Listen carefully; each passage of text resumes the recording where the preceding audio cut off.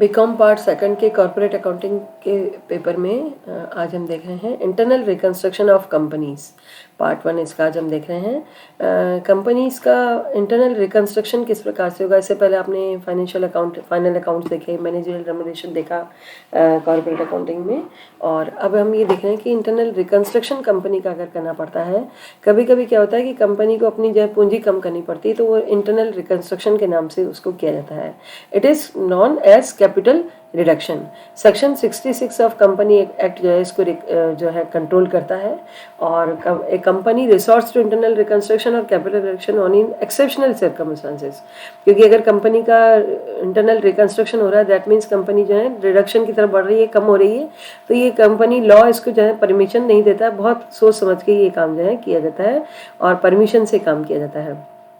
Conditions regarding internal reconstruction authorisation by the article of association. आपको पता ही है बच्चों, पार्षद सीमा नियम अपने लगते हैं और अंतर नियम लगते हैं, तो उसके में अगर प्रावधान है इसका और उसके नियमों के अंतर्गत ही जो है ये इस प्रकार से कह सकता है। कंपनी का एक इंटरनल मैटर होता है जो कि रिडक्शन कहलाता है, और उसको उसी के आर्टिकल ऑफ एसोसिएशन के अंतर्गत ही उसको किया जाता है।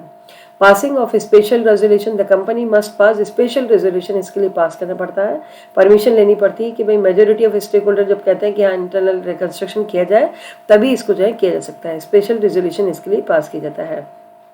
Permission of tribunal, company must get the permission of the tribunal, court की परमिशन लेनी पड़ती है before starting the process of capital reduction.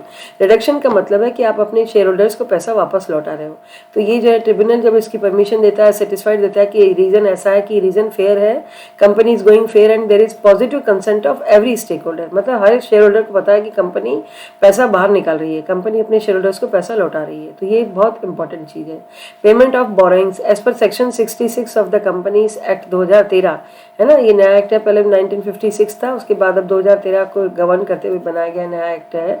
तो ये एक्ट कहता है कि भाई आपको पहले सब उसकी जो डिपॉजिट है, डिपॉजिट्स में से कंपनी डिपॉजिट में से उसके ड्यूज को पे करिए पहले, और उसके बाद में इंटरेस्ट भी अगर कोई ड्यू है तो उसको जो है पे करने के बाद में ही कैपिटल रिडक्शन किया जा सकता है।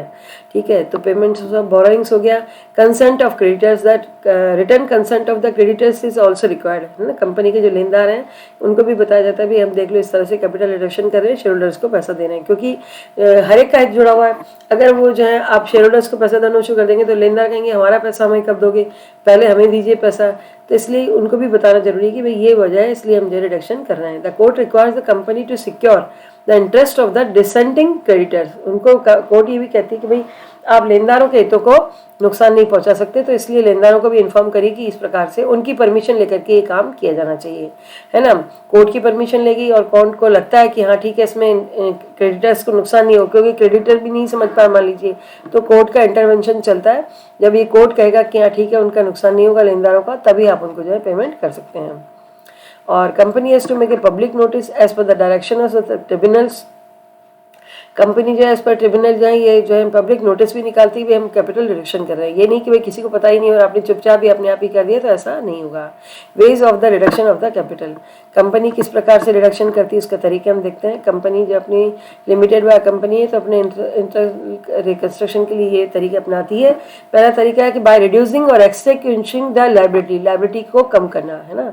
सबसे पहले लायबिलिटीज को कम किया जाता है। Company can pay it's liability on account of uncalled amount on shares issued, कई बार क्या होता है कि शेयर्स पे जो होता है अनकॉल्ड मनी है, उन पे मांगा ही नहीं है पैसा, तो कंपनी ये कर सकती है कि उनसे जो है पैसा मांग सकती है। Paid up share capital of the company would remain unchanged, और जो है फुली पार्टली पेड अप को फुली पेड अप बनाया जाता है। तो इस तरह से क्या होता है कि उनसे पैसा लिया नहीं जाकर के एक तरह से उनको फायदा पहुंचाया जा रहा है शेयर होल्डर्स को।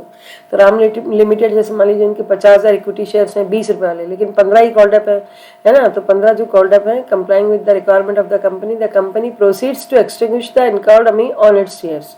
तो कंपनी क्या करती है, पुरानी शेयर कैपिटल जो ओल्ड शेयर कैपिटल है उसको जो है नए से रिप्लेस कर देती है, और उसको 15 के हिसाब से किया जाएगा। तो जैसे 50,000 इक्विटी शेयर्स हैं, उन पे equity share capital to 7.5 lakh पे आपको लाना होगा। 20 लाख वाली 10 लाख की चीज़ को 7.5 लाख पे आपको लाना होगा। तो इस तरह से करके कंपनी जो है पार्टली पेडअप को फुली पेडअप बनाती। पहले वाली जो इक्विटी शेयर कैपिटल है वो क्या थी, पार्टली है, और दूसरी 2 शेयर कैपिटल जो उनको फुली पेड अप बना दिया जाएगा। उनको कहा जाएगा भी तुम्हारे 15 रुपये 7.5 लाख रुपए जो देखें ये तुम्हारे पार्टली की जगह फुली पेड अप हो गए, converted into equity shares of 15 fully paid up. मतलब पहले वो 20 पे फुली पेड अप थे, अब क्या हो गए वो 15 पे ही फुली पेड हो गए। तो पुरानी वाली ओल्ड कैपिटल 7.5 लाख है और नई वाली कैपिटल भी 7.5 लाख पे हो गई, लेकिन ये अब 15% पार्टली पेड अप नहीं कहला के फुली पेड अप कहलाएगी। तो इस तरह से जो हमने स्टार्ट किया है इंटरनल रिकंस्ट्रक्शन ऑफ कंपनी, इसको प्रैक्टिकल क्वेश्चंस में और समझेंगे। ये कॉर्पोरेट अकाउंटिंग के आपके जो बुक में है, और इसकी बच्चों बुक आप खरीद लीजिए, जैन खंडेलवाल की है, ओसवाल माशरी की, जो भी आपको बुक समझ में आती है बुक से इसके क्वेश्चंस करिए और उनको जो है जो भी प्रॉब्लम्स रहती है उनको हम शेयर करेंगे। धन्यवाद।